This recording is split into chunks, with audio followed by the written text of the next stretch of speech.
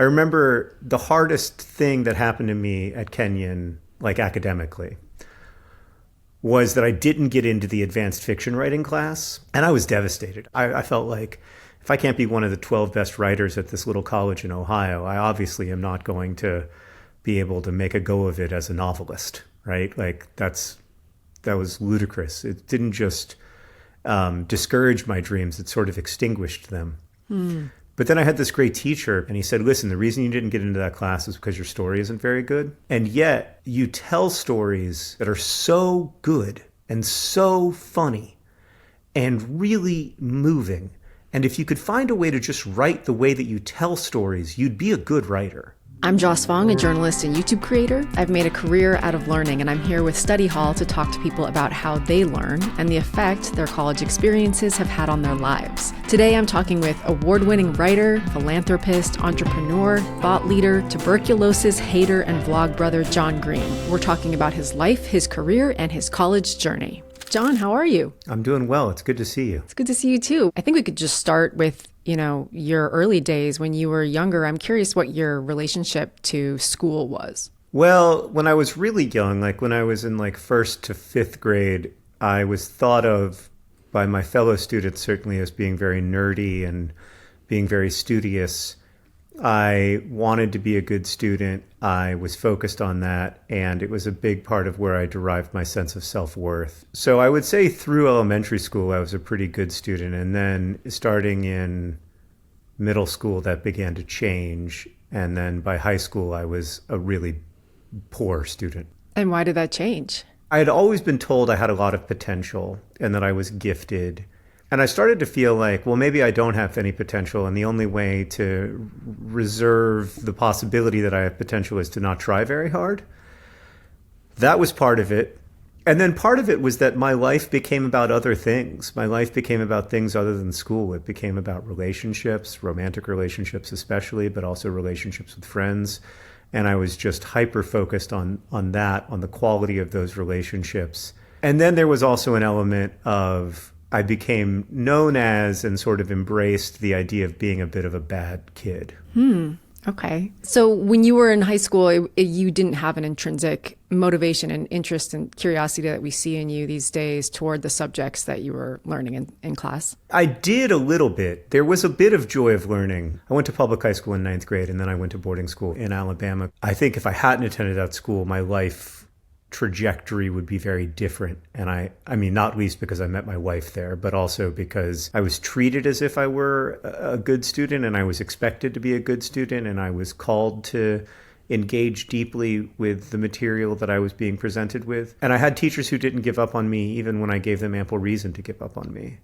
And I think that makes a huge difference in the life of a student. So, I was troubled, like I was smoking cigarettes and drinking alcohol and troubled. I was emotionally troubled. I had a lot of anxiety that I was trying to deal with that was undiagnosed, and major depressive disorder as well, and OCD and all that stuff that I didn't know about yet. I mean, I was experiencing, but I didn't have words for it.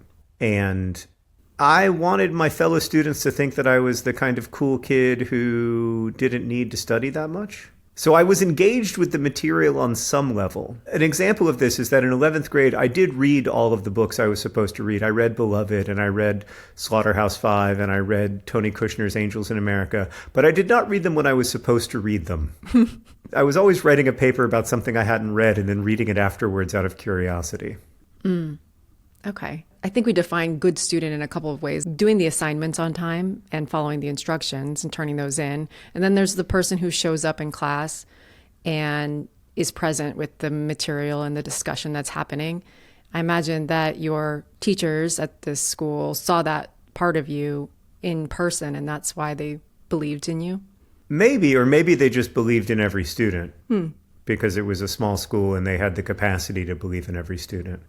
Because I was kind of unbearable to have in class, honestly. What were you like? My wife always says that I was like the Peanuts character Pigpen, like covered in a swath of odor from all the cigarette smoking. I did engage with the material in conversation sometimes, but I didn't want to be vulnerable. And I think that's a huge part of contributing to class in a meaningful way, is being able to be vulnerable and being willing to be.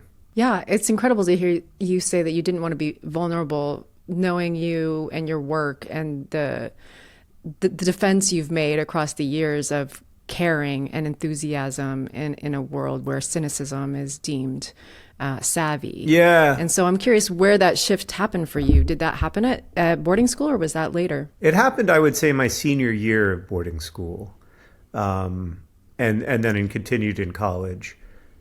So I'm one of the few people you'll meet who had a blinding light spiritual awakening that stuck. Like, I'm very suspicious of epiphanies. I think in general we should be suspicious of epiphanies. They usually last for around 72 hours. But when I was starting my senior year of high school, my grandfather, who paid for me to go to boarding school, took me out to lunch and had a very frank conversation with me, very, I would say, confrontational, where he said, you have opportunities that your grandmother and I fought very hard for, and you're wasting them, and it's heartbreaking to watch. Wow. I thought differently about school after that. I imagine.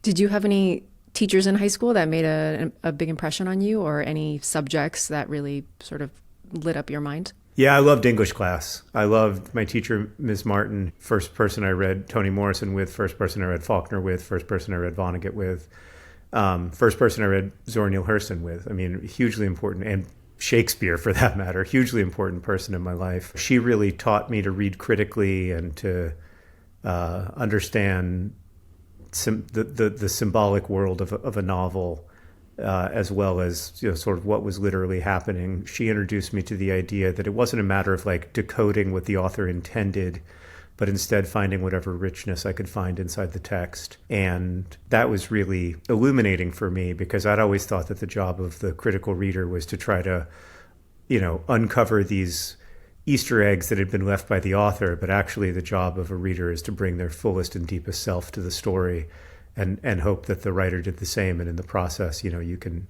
find language for stuff that's hard to find language for, or find structure for stuff that's hard to find structure for, some way down deep stuff. And to me, that's a huge part of my life now, and I don't know if I would have that without Miss Martin. But I also had so many other great teachers. I had this 100-year-old, I mean, I don't think he was 100 years old, because I think he went on to live for 20 years after he was my teacher, but he seemed like he was 100 years old, Mr. Fleming. And Mr. Fleming was no joke, nor was Dr. Cooper, my European history teacher, who once kicked me out of class, but in a loving way.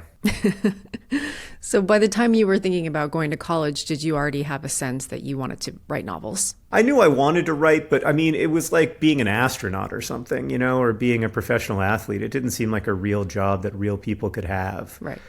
It wasn't until after college, actually, that I thought seriously about writing, because I was working at a magazine called Booklist, and every 2 weeks a new issue of Booklist would come out. I was just doing data entry. I would just enter the titles and ISBN numbers into a database, conscious of the fact that at any moment my job could be stolen by a barcode scanner. And I saw over the years of working there that every 2 weeks they would review 400 books. And then 2 weeks later, they'd review 400 more books. And I realized it's not like being an astronaut. It's not like being a professional athlete. Lots of people are writers. And it is possible to write books. It's not necessarily going to be the center of everyone's professional life who writes books, but it's certainly a possible thing. But it was always a dream of mine, even from when I was in second or third grade. I always thought that the coolest job in the world would be to be a writer.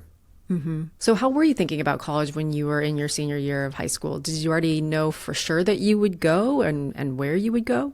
I certainly knew there was an expectation that I would go. In my family, education is considered really important, and my parents did not allow me to entertain the notion that I wasn't going to go to college. But I also knew I would be very well supported in college. Where other people had college counselors or maybe have to do it all on their own, I had a lot of support from my dad when I was applying for college. This was back when you would still write stuff on typewriters sometimes, believe it or not. And like, he would like literally load up the application into the typewriter and then have me sit down and do it. And one of the reasons why I was so excited about study hall in the first place later in life is that I'm conscious of the fact that I had an unbelievable number of opportunities. I was allowed to screw up over and over and over again. I mean, I graduated high school with a GPA below 3.0, well below 3.0. And yet I was able to go to college. I was able to graduate from college.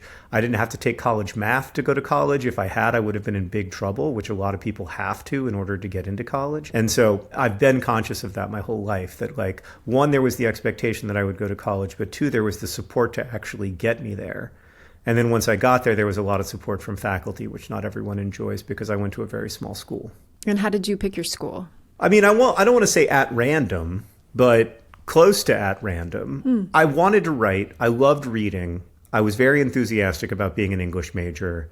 And Kenyon, the school that I chose, which is in a little town in Ohio, is known for its writing programs and its English department. Also, it was in a tiny town. And I really wanted to live in the middle of nowhere. I really wanted to be away from cities, and I just wanted to have a college experience that felt like it was isolated, because my boarding school was very isolated, and I loved that.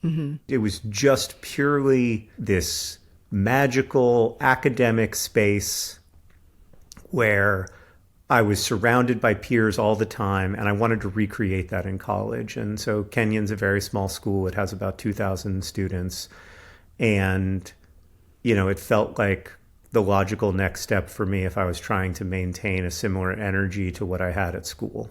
And in what ways was it similar or different than your boarding school experience? Well, it was a lot bigger. I mean, there were only 52 kids in my graduating high school class. And so even going to a school of 2,000 was pretty big. Wow. I don't know how to say this politely, so I'll just say it.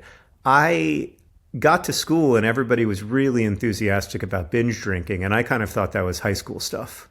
I kind of thought we'd done that already, like we'd been through that. In my mind, I kind of wanted to get to college and do college, like go to class and try to do a good job. And it was different in the sense that it felt further from home because my grandparents lived in Alabama and I had a lot of cousins there. I didn't have anybody in Ohio. And so it felt like I was a little bit on the moon, especially at first. It was definitely overwhelming my freshman year. I felt excited and, I was enthusiastic to make friends, and I was friends with a lot of people in my dorm. I was friends with my roommate, and that was all great, but I often felt a little lonely, at least as I remember it. I felt like there was nothing to do and no one to talk to a lot of the time, except for reading. And so I did a lot of reading, which was good for me. Mm-hmm. Did you have this kind of self-consciousness that you had in high school about how you wanted to be perceived by your peers? Yeah, I've never not been self-conscious. Are you not self-conscious? Like, you don't think about how you want to be perceived? Definitely, but not in the way that it's led to like a persona that I think is very cool. Same. Yeah, so. Same. I'm aware of how I'm perceived, but it hasn't allowed me to be perceived in the way that I would actually like to be perceived, which is as like the starting striker for the Kenyon College soccer team. Right.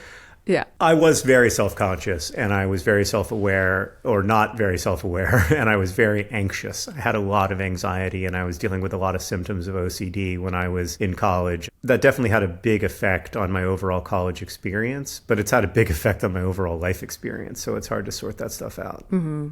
And do you remember when it was time to choose a major, and was that a difficult decision for you? Yeah, so I didn't actually choose a major until my junior year when my faculty advisor was like, you have to choose a major. And I was like, oh, well, what can I major in? Because I'd just been taking classes in accordance with my whims with no desire whatsoever to ever graduate from college. I was having a great time. I was doing pretty well. I wasn't always the best student. I think my professors got frustrated with me sometimes, but I was a fairly good student. Like I remember my intro to fiction writing professor, P.F. Kluge, told me once, he was like, you were a solid B+ kind of guy. And it's a little surprising to me that you went on to become as successful as you did, but you were a solid B+ guy. And that's kind of where I was at. I had studied history, and I'd studied religion, and I'd studied English, and I'd taken classes in a bunch of other departments. And looking through my junior year resume, the only things I could major in were English and religion, and so I decided to major in both. Okay. So the first 2 years of college, were you sampling like quite broadly from the course curriculum? Yeah, I was taking a lot of English classes because I was particularly interested in that. Then I was also taking history classes, and I started taking a lot of religion classes because I was really interested, especially in early Islamic history. And I was also just sort of following my intellectual curiosity. And there was something quite thrilling about that to me because for so long I'd been so restricted. I was told I had to study Algebra 2. Why? Because I had to. I was told I had to study world history. Why? Because I had to. And now I was really free to study quite broadly. And I embraced that. I really enjoyed that. I took one called AIDS, Ebola, and Emerging Viruses, which was seen as sort of a class for English type students to take in order to get their science credit. But then I loved the class, and I completely was enthralled with the world of infectious disease. And that turns out to have been relevant in my life today because then I went on to write a book about tuberculosis. And I journeyed all the way from feeling like school was this kind of horrible thing that I had to suffer through and that I should be scared of and that I was afraid to feel vulnerable around to like really bringing it pretty close to my full self. Now, if you told me in 1997 or whatever, when I was taking that class, like one day you'll remember this class as being one of the most important you took in college, I would have been like, come on now, this is something that I'm taking just to graduate. But life is funny that way. Huh. So it really was the seed of your interest in global health. Yeah, it really was. And it was the first place where I was introduced to the idea of global health inequity. Okay. And why were you interested in Islamic history? I'm always interested in to find out about important things that I know almost nothing about. I think I wrote a book about tuberculosis ultimately because I knew so little about tuberculosis. And I wanted to understand, like, how do you get to the age of 45 not knowing about the world's deadliest infectious disease, and what does that say about you and the world you share with other people? And with Islamic history, I realized that I didn't know very much at all about the faith tradition of 1 billion people on Earth. And I knew almost nothing about its emergence. And so I wanted to write about that and learn about that. I think there's a growing sense that majors like English and religious studies are impractical. And I'm curious if you are willing to mount a defense of those types of majors, or how has your thinking about those choices changed over time, or how you would advise kids going into school today? I think that the liberal arts give us a lot of tools for critical reading and critical thinking that are really valuable. The famous way of talking about it is that you learn how to think and how to write and how to express yourself, which is very valuable in a lot of different careers. But I actually think the more important thing, to borrow a line from David Foster Wallace, is that you learn what to think about. You learn what's interesting, what's trustworthy, how to follow paths of curiosity in ways that lead to reliable information instead of, falling down a path into a sort of the sort of disinformation landscapes that we're all familiar with these days. And so even if I hadn't become a writer and hadn't become a YouTuber and had stayed at Booklist magazine for my entire career, I think I would have been using all of those skills, the interpersonal skills it gave me, the writing skills it gave me, but also the ability to choose with a little bit of consciousness what my attention goes to, like with a little bit of care where I spend my one wild and precious life, as Mary Oliver put it.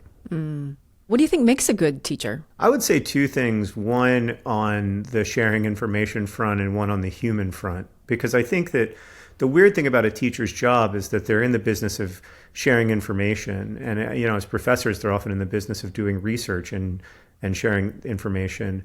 But there's also a human part of the job that's incredibly important. And I, for me at least, the most important part of the job. So on the sharing information side, I think genuine curiosity and enthusiasm is hard to replace. Being able to be vulnerable about your excitement about the material is really important because that's infectious. And then on the human side, it's empathy for me. It's always empathy, but it's empathy. It's the ability to see kids, know them, listen to them. I remember the hardest thing that happened to me at Kenyon, like academically, was that I didn't get into the advanced fiction writing class. Intro to fiction writing everyone gets into, and then you have to apply to advanced fiction writing. But there were like 12 slots for 15 applicants. So I was one of the 3 kids who didn't get in.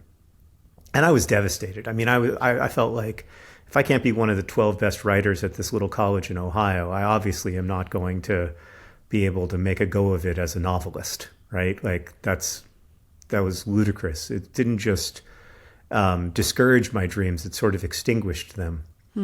But then I had this great teacher, P.F. Kluge, who taught intro to fiction writing. And he said, can you come over to my house? I don't know if we can still do this, but he was like, can you come over to my house and have a drink with me? And I was like, sure. And so I had a club soda and he had a scotch. And we sat on his porch. And he said, listen, the reason you didn't get into that class is because your story isn't very good. And yet you tell stories during the smoke breaks. There were smoke breaks at the time for these 3-hour classes. That's what they were called. Hopefully those breaks still exist, and hopefully they're no longer known as smoke breaks. But he was like, you tell stories during the smoke breaks that are so good and so funny and really moving. And if you could find a way to just write the way that you tell stories, you'd be a good writer. And like that encouragement, that honesty, that mix of honesty and encouragement meant so much to me, because he wasn't saying like, oh, it's a horrible injustice that you didn't get into this class. He was saying like, look, the reason you didn't get into the class is because your story wasn't good. But he was also saying you do have potential. You just have to learn how to take your storytelling and bring it to the page. And a lot of that was about vulnerability. A lot of that was about, exposing my deepest self without irony to the page. And what do you think it was that was different in the smoke break that enabled your storytelling that you at the time weren't able to do on the typewriter or whatever you were using? It was a computer by then, Joss. Thank you very much. I think on one level, I was still thinking that the job of a writer is to sound like Raymond Carver or to sound like Philip Roth. And I didn't realize yet that like the reason Philip Roth's or Raymond Carver sound like they do is because that's them as open as they can get. And I'm going to sound different when I go as open as I can get, but that voice is still going to be valuable. Thank God for those stories I told over the smoke break, because otherwise there's no way I become a writer. And then after you had this conversation, did that sort of refresh your ambition and your effort? Yeah, so I had that conversation my junior year, and then my junior and senior year, I wrote a fairly ambitious, but not very good, but fairly ambitious story about a newly ordained minister who is on a road trip, a cross-country road trip. A lot of the themes of that story did eventually work their way into Looking for Alaska and other books that I've written, even though the story itself wasn't very good. I actually remembered it as being really good, and for years it was lost. And I would be like, oh man, if I ever find that story, I'll be able to like spin that up into a novel, no problem. It's such a great premise. And like, you got this newly ordained guy, he's 24 years old, he's in love, but he's in trouble with his love. And like, he's on a road trip. It's like perfect for me, And then finally, I found a copy of it through my religion professor who I'd given one to. And he'd kept it, which was really nice of him, right? I mean, he must have gotten a lot of stuff from students over the years, but he kept that. It meant a lot to me that he kept it. And he was like, "Oh, I'll photocopy it and send you a copy." And he did, and I was like, "Oh, this sucks." That's disappointing. I'm sure it was great. Your mind had just built it up. Yeah. It was a big step forward for me. It was a lot better than any of the stuff I wrote in class, and it was definitely the best story I'd ever written. Even looking at it now, I can see that. But I still had a long way to go. Yeah. In terms of the workload in college and balancing it with whatever social obligations, it sounds like you didn't have to work during school, but did you find it manageable? I didn't have to work during school, which is huge. And it's one of those, privileges that you can ingest like oxygen and not be conscious of it. I did struggle with the workload, missed some classes. I turned in some work late over the years. And I took a semester off. I had two things happen at the same time. One, I contracted whooping cough, which is a very on-brand thing to happen to me. I get a lot of unusual diseases, and I was encouraged to leave campus for a couple weeks so that I didn't cause a whooping cough outbreak. And then around the same time, I had a really bad mental health period, really bad, and was really struggling with depression and intense OCD stuff. And so I ended up taking a semester off, And how does that work, taking a semester off? Did you just have to communicate to the school you would be back? Or at that point, did you not know if you would be back? I didn't know if I would be back, so they were very generous and allowed me to take time away. Okay. It did mean I didn't graduate with my peers, which was a bummer. I remember feeling really sad about that and watching my friends walk across the stage and thinking that should be me, and I'm feeling like a bit of a failure. You know, everybody else could do it in 4 years. Why couldn't I? But I'm not everybody else. And eventually you have to understand that you're not competing against the social order. And if you do, you're always going to feel disappointed in yourself. You have to find ways to understand who you are. As you were nearing the end of your college experience, did you know what was coming next? No. I mean, when I got to the second semester of my senior year of college, I was like, oh no, I'm not going to be able to stay here forever. So I kind of had three concurrent plans. One was to enter the real world. I had no idea where or how I would do that. Another was to go to grad school and study English. I wanted to study maybe Twain, maybe Keats. I was really enthusiastic about studying Keats's relationship with the divine, like with Jesus and with the idea of God. The third option was to go to seminary, to go to divinity school and become a minister. And that seemed like an option because by that point I was going to church every week. You know, I'd become Episcopalian, which is a branch of Christianity founded so that a king could get a divorce. And, you know, I enjoyed going to church. I still enjoy going to church. I enjoyed going to church a lot. And I felt like with all that I'd learned about Islam and early Islamic history, I could maybe participate in interreligious dialogue, or maybe I could become a parish minister and, you know, take care of a community. And then I would still have occasion to write every week because, you know, you write a sermon every week, and I would have occasion to write newsletters and stuff like that. So there would still be some writing involved. And that's eventually what won out for me. And so I applied to divinity schools and seminaries and got into the University of Chicago Divinity School. And that seemed like a pretty clear path forward. But then because I graduated in December, because I'd taken a semester off, I had this 5 months before divinity school started.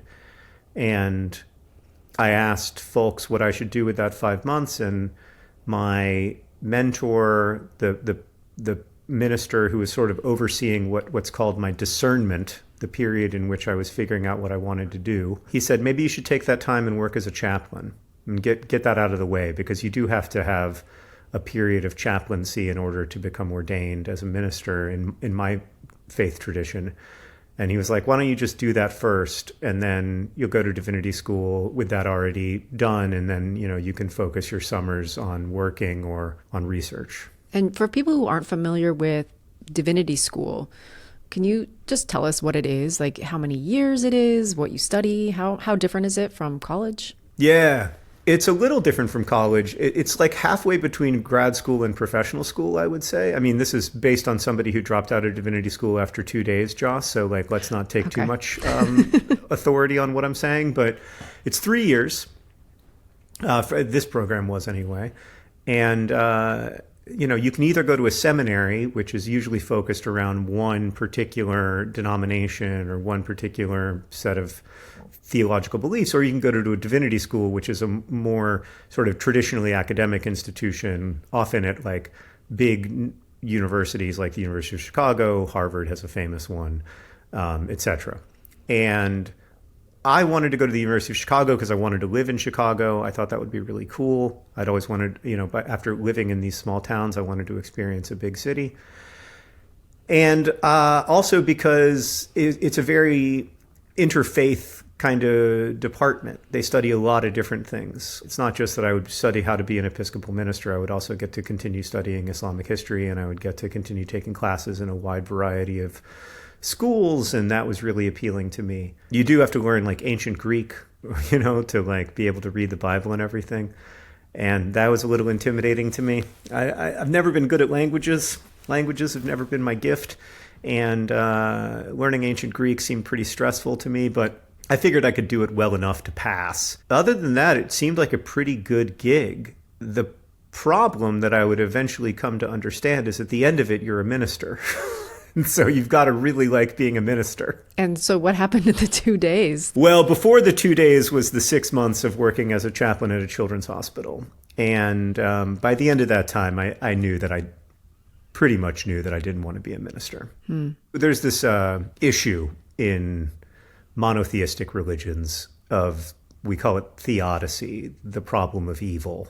What do you do about the fact that bad things happen to good people? What do you do about the fact that there's evil in the world? How do you make sense of a world where a loving God allows children to die, etc.?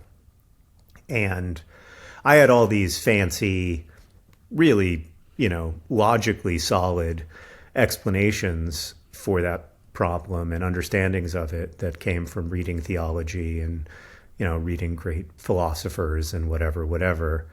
But then when the rubber hits the road, it's a completely different thing. When you're with families on the worst day of their lives, when you're trying to support kids as they die alone, it's a totally different experience.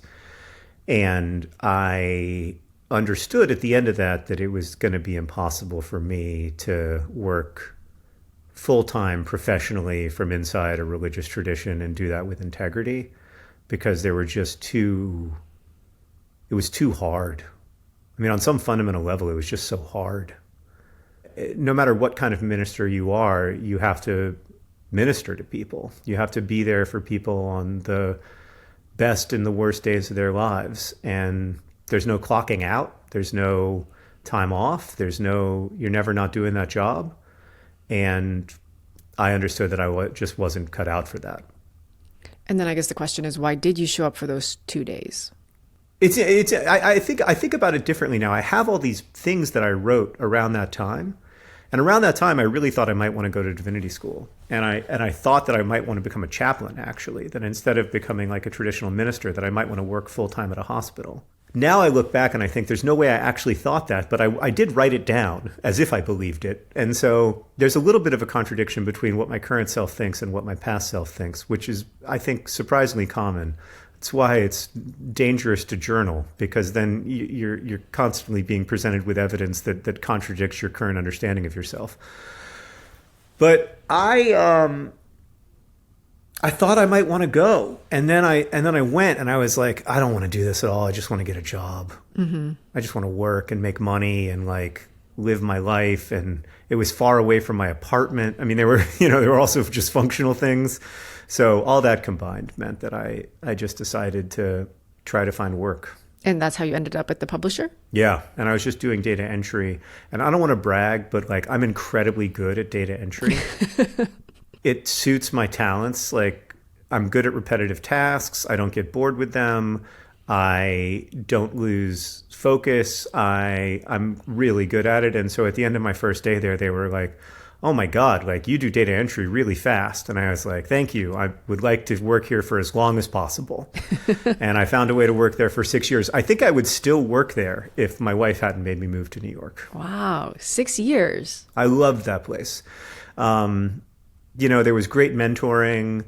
I was surrounded by books. I got to review books. I got to review hundreds and hundreds of books about Islamic history, children's books, young adult books. I got to read so broadly. And I was surrounded by people who loved stories. And my mentor there, Eileen Cooper, she was an author. And just like meeting an author was the coolest thing in the world to me. Like the idea that Eileen would have these books come out and go through the cover design process and all that and like share that whole process with me was so exciting. I loved it there. I wasn't happy in my life because I was in my 20s, but I was so happy with my job. Mm-hmm. And were you writing fiction at that time during that job? I started writing about the hospital, about my period as a chaplain, but through the lens of fiction almost immediately after, just as a way of trying to process it and trying to understand what the heck happened to me and what the heck I now understood about the world that I didn't understand before. So I was still only 22 or 23 years old. And eventually I started writing about high school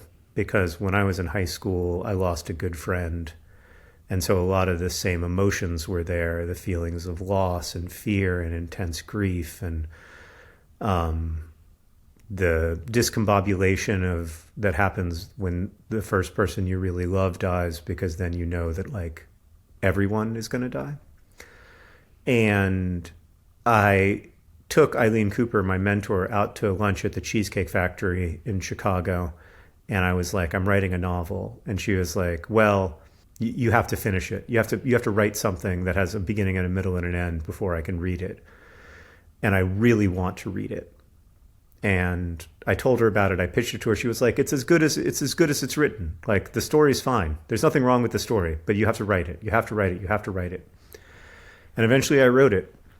I wrote it in a fit of grief myself after a difficult breakup. And I was completely heartbroken and thought that I was on a certain life path that I wasn't on anymore. And I was just devastated by it. And I wrote like 80 pages, which is not a novel length. And I sent it to Eileen, and she read it, and she was like, there's a lot here. It's not good yet, but it might be good. And wrote me a long editorial letter about what I needed to do. I did that. Over the next 3 years, I kept writing that same story and rewriting it and working with Eileen on new drafts of it. And then eventually one day she was like, I think we should submit this to publishers. And we did. And 6 months later, it found a home. How do you learn that the first draft is not the judgment of your idea or of your talent? Yeah. Is that something that you've always had, that kind of persistence? Because it's really, like you said, vulnerable. It's very difficult to put stuff out, have it reviewed in anything other than a completely glowing way. Right. It is hard. It's not as hard as most jobs, but it is hard.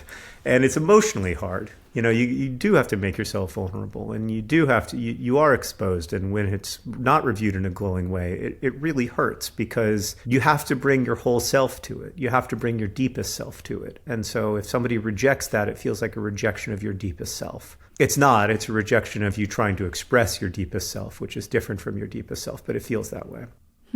I think that I wanted to be a writer so badly, sorry for the bad grammar, that I was willing to put that at risk because I just wanted it so bad. I, at the time, loved writing. I loved books. I loved everything about them. I thought they were so much better than all other forms of art. I thought video games and movies and TV shows and visual art, like all of this is just a distraction from the reason we are here, which is to read books. And that is the kind of certainty that one has in one's 20s, that if you're lucky, you lose. And I have lost. But it was a really powerful force in my life. I really, really wanted it. Like, I stayed home at night and on the weekends, and there's just nothing else I wanted out of life other than to get married, other than was to write books. So the clarity of a goal that you couldn't really be pushed off of. Yeah, the clarity of a goal, and then building the discipline to achieve that goal. Mm-hmm. But I didn't mind rewriting, and I still don't, because I thought of it as trying to better express what I wanted to express, like the opportunity to find a way to use story to move people the way I wanted them to be moved. Yeah. And all these other things that you do, when did internet video enter your life, or, working on global health around the world? Yeah, so internet video entered my life around the time my second book came out, An Abundance of Catherines, in 2006. So I published Looking for Alaska, my first novel, in 2005. The next year I published a second book, and I thought that I was just going to be somebody who published a book a year for as long as I could. But then in late 2006, I discovered this video blog by Zay Frank called The Show with Zay Frank. And my brother and I were really, really into this video blog. Like, we were huge fans of it. It wasn't so much the videos themselves, although they are very funny and many of them hold up really well. It was the community built around the videos. So I'll give you one example of like what just got Hank and I so excited. This guy, Zay Frank, he found two people who lived on the exact opposite ends of the earth. And he had them drive to a location where they were like within an inch of each other, except on the opposite side of the earth.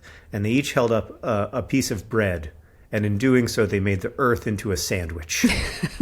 If you grew up writing on typewriters, applying to college, this was the moment when the internet suddenly felt worth it, right? Like, this is something beautiful and stupid and absurd and lovely that could never have been accomplished 100 years ago. That is possible because of this instantaneous communication we have that crosses all kinds of barriers that were always seen as unbridgeable. And here we are in this world where we can make the earth into a sandwich. And isn't that so exciting? And isn't that even more exciting than writing books? Like, isn't that even cooler than books? This new technology that allows us to instantaneously communicate with anyone in the world. Like, there was no Twitter at the time, really. There were no iPhones. There was no Instagram. But there was barely YouTube. And so for Hank and me, that became the place where we wanted to do that work, where we wanted to build that community and do those projects. The global health interest emerged out of that because the early viewers of our video blog were very focused on how the internet and internet communities could work toward decreasing world suck, as they called it, making the world a better place, especially for the most vulnerable among us. And because that was their focus, it became my focus. And so I don't think I got interested in global health because of any reason other than our community being interested in global health. And the internet providing that community to you. Yeah, and the internet providing that community, making that community possible, which I think is what the internet is at its best, is a vehicle to build interpersonal relationships and communities that can do stuff that we can't do alone. And one great example of something that's really important that we can't do alone is building stronger healthcare systems. Do you still feel that way about the internet? The community that you and Hank have built is exceptional for lots of reasons, but one of them being there's not a lot of them. Yeah, I don't feel that way about the internet. I mean, I was extremely naive about the internet. I thought the internet would spread democracy and solve most of the world's major problems, and I was mistaken. And I wonder what I am extremely naive about now, often. But we are not alone in this. Like, I was just on the comments of one of your recent videos, and they were lovely. I don't know if you curate them. I don't know if they're gardened. No. I was like, this is a lovely place. What a nice place to hang out. I think YouTube might be surfacing some of the more positive ones these days. I have a feeling they're trying to encourage that kind of thing. I think they are, but it's working for me. Like, I was like, oh, I could hang out here.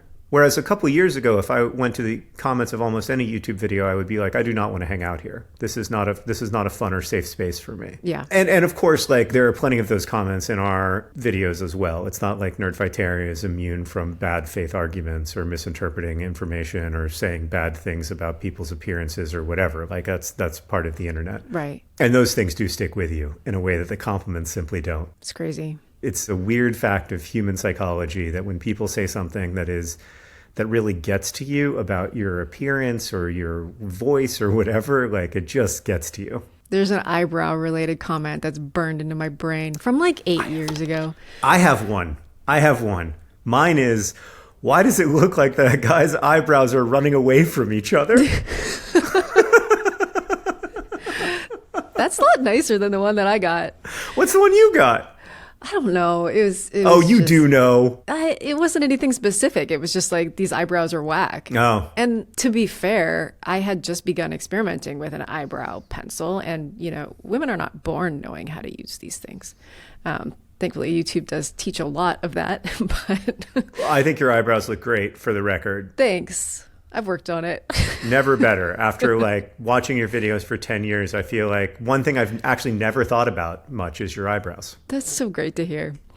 But to get back to your college journey, I think one question just to kind of wrap up is when you look back at your college journey, is there anything that you wish you would have known when you were 17, 18 years old before you started on it? I think the most important thing to remember is that it feels like these decisions will have huge impacts on your life, and that can make it really difficult to even make the decision. I remember feeling that way, like, should I go to Kenyon or should I go to McAllister? And if I go to Kenyon, I will have a completely different life than if I go to McAllister. And I will have a completely different life than if I go to Arizona State University. And like, how do I figure out which of those lives I want to have when I have so little information about what each of those decisions will mean in terms of the rest of my life? There is a lot of that in a human life. But for me, like, college was one of the first times when I felt that intensely. And so the first thing I'd say is, like, it does matter a lot, but it also doesn't matter a lot. Like, I would have had a different life if I went to Arizona State, but I still probably would have had a good life. All the work that we put into, like, thinking about sliding doors moments can really stop us from making a decision, and making a decision is important sometimes. And the second thing I'd say is that, when I took that semester off, I did think about not going back.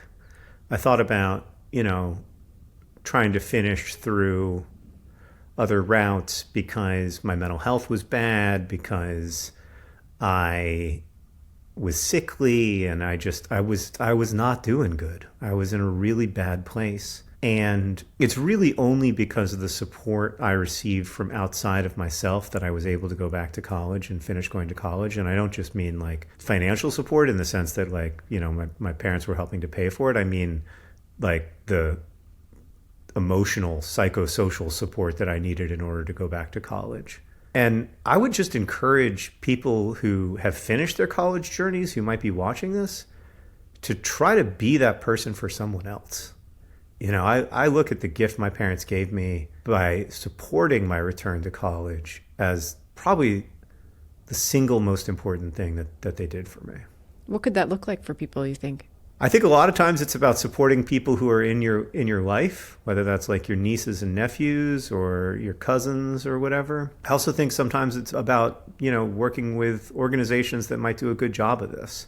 Finding those mentoring organizations in your community that offer you that opportunity. Great. We'll leave it at that. Thank you so much, John. Thank you, Joss.